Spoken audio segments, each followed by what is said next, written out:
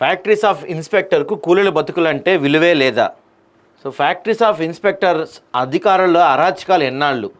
పక్క రాష్ట్రం నుంచి పనుల కోసం వస్తే ప్రాణాలు పోగొట్టుకోవాలా? చనిపోయిన కుటుంబాలకు పరిశ్రమల శాఖ నష్టపరిహారం ఇప్పించిందా?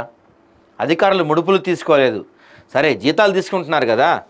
మరణాలు సరే, పరిశ్రమల ప్రమాదాలపై ఎందుకు చర్యలు తీసుకోవటం లేదు? మీ కార్యాలయాల చిరునామాల గోప్యత వెనుక అసలు కథ ఏంటి? సామాన్యులకు దూరంగా ప్రభుత్వ శాఖలు ఎందుకు నడుపుతున్నారు? సమాజానికి దూరంగా గుట్టుచప్పుడు కాకుండా నడుస్తున్న వ్యవహారాలను చీకటి వ్యవహారాలు అంటారు. మరి సమాజానికి తెలియకుండా ప్రభుత్వ కార్యాలయాలు నడుస్తుంటే వాటిని ఏ పేరుతో పిలవాలి? అదే కోవకు చెందింది ఫ్యాక్టరీస్ ఆఫ్ ఇన్స్పెక్టర్ కార్యాలయాలు.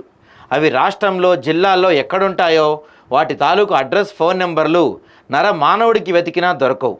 గూగుల్లో వెతికితే ఏదైనా దాదాపుగా దొరికి తీరుతుంది, కానీ ఈ ఫ్యాక్టరీస్ ఆఫ్ ఇన్స్పెక్టర్ కార్యాలయాలు మాత్రం దొరకవంట.